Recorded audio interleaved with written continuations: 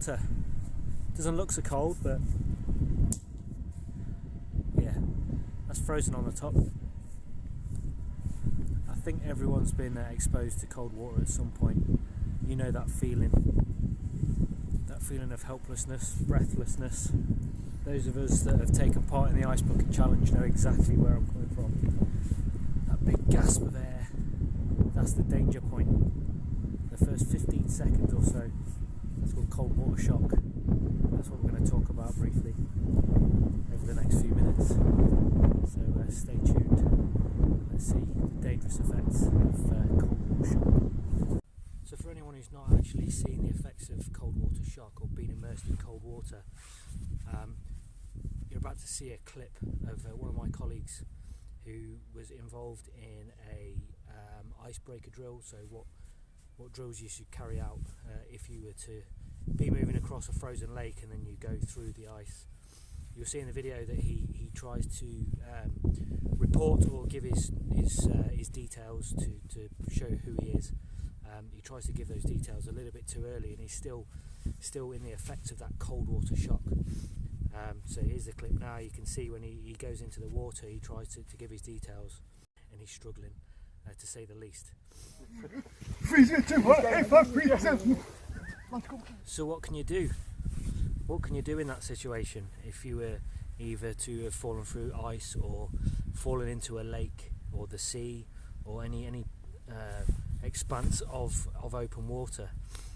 So the first thing you need to do is basically just calm down, steady yourself, attempt to float if you can, lay backwards, make yourself big, arms nice and wide, and control your breathings. If you don't, you've seen what happens. You just go into a panic, and that's no good. The temptation is there to take a big deep breath, but you've got to fight that urge and just slow down, control your breathing, and then think about how you're going to get out of that expanse of water.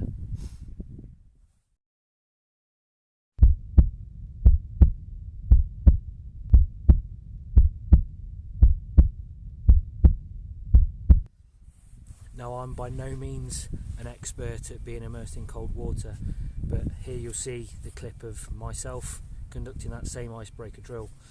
It was only about a 2 centimetre sheet of ice on the lake that we went into, but that's not really going to have too much effect on the actual temperature of the water, because if it's freezing on the top, it's only going to be 1 or 2 degrees below the ice, and it was cold, I can tell you that. But you'll notice when I jump in the water, I take a good few seconds. You're probably going to be waiting 15 seconds or more, up to 2 minutes to get over that cold water shock. And then, to be fair, you feel not too bad. It was actually warmer in the water than it was on the surface. That said, you will lose heat 25% faster being wet, so you do need to get out of that water as fast as possible. So you control your breathing. Once you're able to, you then figure out how you're going to get out of there. Get out of the water. What you then must do is exercise. Get yourself warm from the inside. So maybe a few burpees, a few sprints, whatever that might be. You then need to start thinking about rewarming, which would be consisting of getting out of that wet kit, getting some dry kit on, maybe getting to a sleeping bag if you have that facility.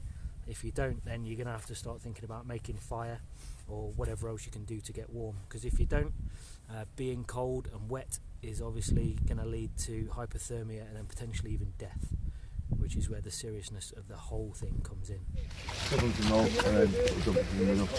Yeah. Okay. Heart rate, Steve. Okay, cool. As soon as you're ready, number 8 now. Go slowly. Oh, I missed that. 2510. 2510-8236. Staff Sergeant Ailey Ryan. Okay. Now, even having been immersed in cold water many times before, that will not stop the mind-numbing effects that it can have. Yes, I've managed to get hold of my breath and I'm in control, but even still, I'm now asked a simple question, and for the life of me, I cannot remember the answer. Also, a word of warning for my language, it was pretty cold. What does the L stand for in survival?